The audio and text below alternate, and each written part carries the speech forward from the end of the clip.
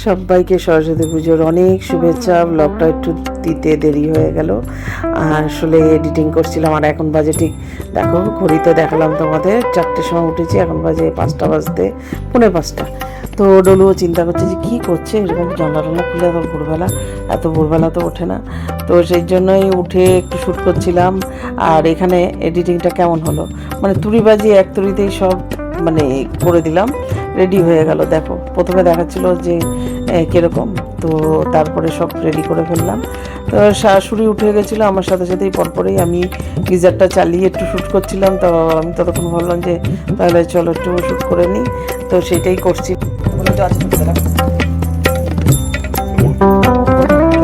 ওই এর মধ্যে ঢালতে হবে, দোয়ারগুলোর মতো ছোট ফুটো ওরা মতো করে না, ঢালতে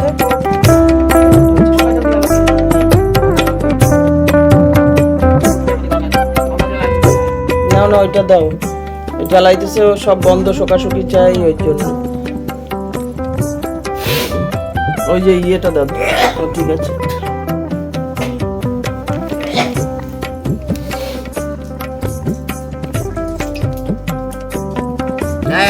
কত করে গেল না, এই দেখো তলা দিয়া অল্প করেছে কিছু, অল্প করে। দুধ পড়া ভালো, একটু দুধ। বাস্তুদেবীর দুধ নিল।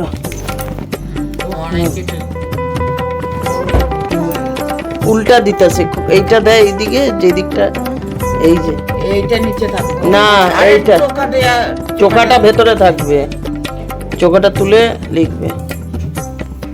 এই দুটো ওদিকে দিতে, এই দুটোতে গিয়ে সিঁদুর পড়াতে হবে। সিঁদুর এটা দাও, ভুলে গেছি সিঁদুরটা পড়াতে। না, তুমি সিঁদুর পড়াও।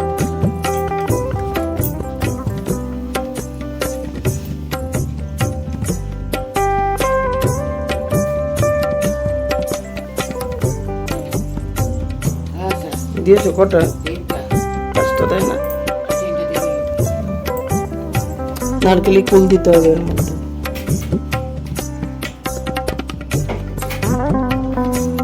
এই দুটো ওই সামনে দিয়ে নারকেলি কুল দিতে হবে এর উপরে। ধরো চলো আমি যাই।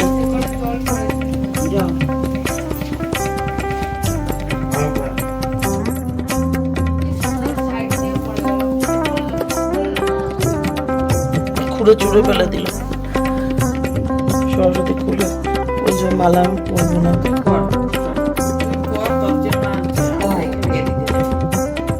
সত্যি করে মুক্তার মালা দিয়ে তাহলে মুক্তার মালা দিলে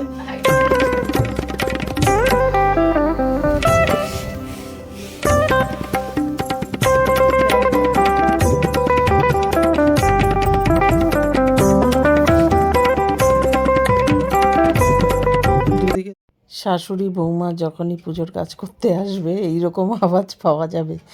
বলবে যে হ্যাঁ এই করছো তুমি, ওই করছো। আর যেহেতু আমার শ্বশুরবাড়ি বাঙাল, তো সেই জন্য আমাদের বাঙাল ভাষাটা শুনতে পারবে। আর এরকম করতে করতে একটু শ্যুট করতে করতেই ঠাকুরমশাই এসে হাজির হয়ে গেল। বলেছিল 6টায় আসবে, তবে বলে কয়ে 6:30, তবে 6:45-র মধ্যে এসে গেছে। এখন ঠাকুরমশাই এসে ঘট বসাচ্ছে। তবে আমি বলেছিলাম যে আপনি বাকি জোগাড়জারি করবেন, এত সকালে আসছেন। আমার বরকে বলেছিলাম বলে দাও যে উনি যেন এসে জোগাড়জারি নিজেই করে। তো উনি ওগুলো নিজে হাতে ঘটে সিঁদুর পরানো টরানো, ঘটে স্বস্তিক আঁকা টাকা, তারপরে আমি ঘটেরটা করেছিলাম, ডাবেরটা উনি করে দিচ্ছিল। তো সব রেডি সেট ওগুলো উনিই করলো। আর এখানে দেখো সাজানোটা কীরকম হয়েছে। আমি মানে আগের দিন রাত্রে কোনো রকমের যা পেরেছি ওরকম করেই আমি সাজিয়েছি। দুটো কি সুন্দর প্লাস্টিকের এরকম দেখছিলাম মালা পাওয়া যাচ্ছে, গ্যাদার, দেখতে মনে হচ্ছে না একদম সত্যির গ্যাদার মালার মতন।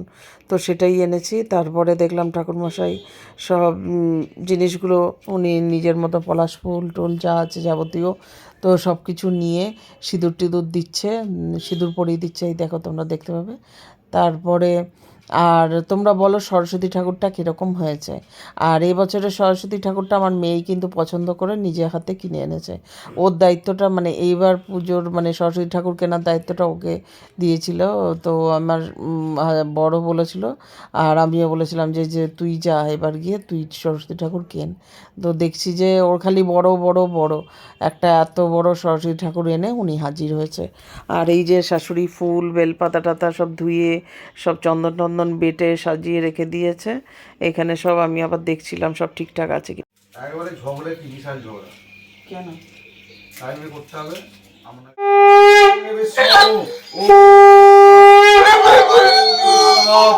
ওম নমঃ বিষ্ণু পাদারক সম্পর্কে বন্দে ত্রিপদগামিনী ধর্মাদ্রুবে দেবী কতে পাপকমে দেবী হরজান্নবে সদ্রা ভক্তি সম্পন্নে শ্রীমাতরুদেবী জাহ্নবে অমৃতে নমনা দেবী ভাগীরথী পূর্ণিমাম। ওম গঙ্গা ওম গঙ্গা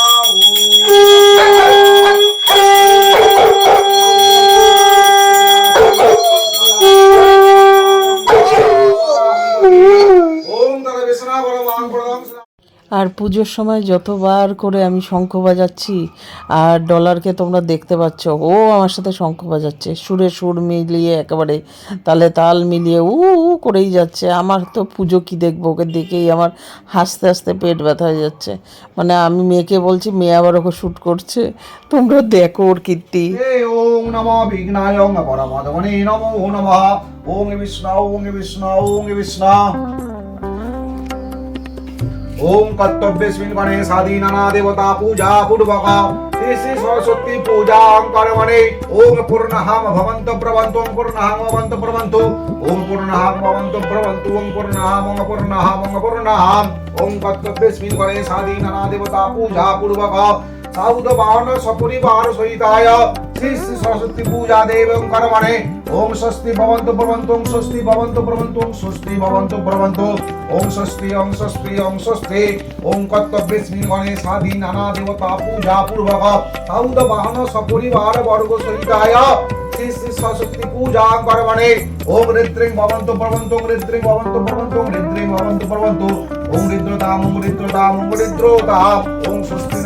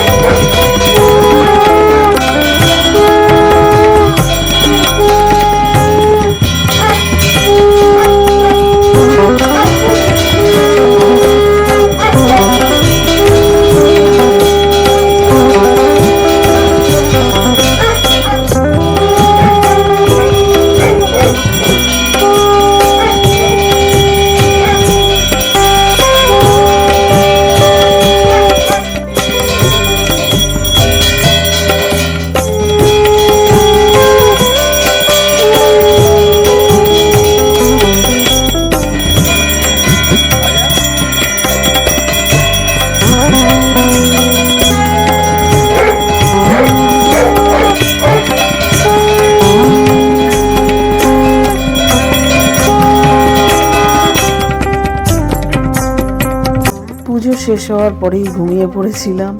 আর তারপরে চলে আসলাম রান্নাবান্নায়। রান্নাবান্নায় প্রথমে শুরু করে দিলাম পায়েস। তো গোবিন্দভোগ চাল দিয়ে গুড়ের পায়েস করেছিলাম, যেহেতু গুড় ছিলই বেশি করে কিনে রেখে দিয়েছিলাম। তারপরে বানালাম খিচুড়ি, এই যে খিচুড়ি চাপিয়ে দিয়েছি। তারপরে বানালাম শীষ পালং দিয়ে পাঁচমিশালি তরকারি, বেগুন ভাজা, আর কি বানিয়েছিলাম, বেগুন ভাজা আর টপা কোল দিয়ে টমেটো দিয়ে চাটনি। মানে শীত এই সরস্বতী পুজোর সময় যে টপা কোল দিয়ে যে চাটনি, তার একটা স্বাদই আলাদা লাগে না খেতে। আর রান্নাঘর এলোমেলো হয়ে রয়েছে পুরো একাকার। তো এই দেখো টপাকল দিয়ে টমেটো দিয়ে চাটনি। তো ফাইনাল লুক রান্নাবান্নার, এই যে খিচুড়ি, বেগুন ভাজা সব দেখাচ্ছি তোমাদের। এই যে হচ্ছে শীষ পালংয়ের তরকারি আর পায়েস টায়েস যা যা করেছি। ভিডিওটা কীরকম লাগলো অবশ্যই কিন্তু কমেন্ট করে জানাবে, আর শেয়ার করতে ভুলবে না। কমেন্ট করবে, শেয়ার করবে, আর যারা এখনো পর্যন্ত আমার চ্যানেলটি সাবস্ক্রাইব করনি তারা অবশ্যই সাবস্ক্রাইব করবে। আগের বছর যাই না করেছি কিনা, প্রত্যেক বছরই আমি না সরস্বতী পুজোর সময় রান্নাবান্না করে তারপরে না খেতে বসে যাই। মানে খেতে বসে যাই মানে কি, সবাইকে খাবার টাবার খাইয়ে টাইয়ে ব্লগের জন্য, ব্লগ শ্যুট করার জন্য খাবার দাবারটা নিয়ে বসে যাই, তারপরে আমি খাবারটা দেখাই। তো এবছরও ব্লগে এটাও থাকবে, না থাকলে হয়। আগের বছরটা মনে নেই। তো কী কী রান্না করেছি তোমাদের সব দেখিয়ে দিলাম। আর এখন খেতে বসেছি। তো এই যে আর চাটনি পায়েসটা নিয়ে নেবো। এই যে দারুণ হচ্ছে, মুখের খিচুড়ির মতো লাগছে। আর এটা হচ্ছে শীষ পালং। মুখ দেখা যায় তো আমার দেখা যায় না, মানে কারণ একা একা শ্যুট করতে গেলে যা হয়। তো এটা হচ্ছে শীষ পালং, থালাটা হাতে নিয়ে খাই। এটা হচ্ছে শীষ পালং। একবার আমি কলা পাতায় খেয়েছিলাম, সরস্বতী পুজোর দিন কলা পাতা যেটা আনা হয়েছিল, খুব ভালো লাগে কলা পাতা খেতে। এখানে একটা বেগুন ভাজাও নিয়েছি, খাচ্ছি। আর একটু করে শুট করছি, একটু খাচ্ছি। বেগুন ভাজা নিয়েছি, তারপরে শীষ পালং আছে। খিচুড়িটা একদম নিজে বানিয়ে নিজে বলছি, দারুণ হয়েছে। নতুন চালের, মানে গোবিন্দভোগ নতুন চালটার। সবসময় যখন খিচুড়ি রান্না করবে, পায়েস রান্না করবে নতুন চালের। আর যখন পোলাও রান্না করবে অবশ্যই কিন্তু পুরোনো চালের পোলাও। নতুন চাল দিয়ে পোলাও রান্না করতে গেলে যেরকম হয়ে যাবে। নতুন চালের জন্য খিচুড়ি আর পায়েস, এই দুটো ঠিক আছে। দুর্দর্শক নিজে বানিয়ে নিজেই বলছি, মুখে লেগে থাকবে।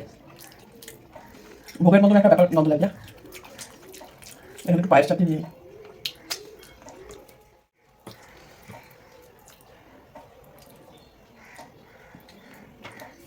পায়েসটা একটু খেয়ে বলি কীরকম হয়েছে। আমার রান্না রিভিউ তো আমি দেবো, কারণ আমার ব্লগ, আমার রান্না, আমার এডিট। তো ফার্স্ট ক্লাস। গুড়ের পায়েস, পাটালি, 5 পদ হলো, ভাজা নিয়ে আছে 5 পদ।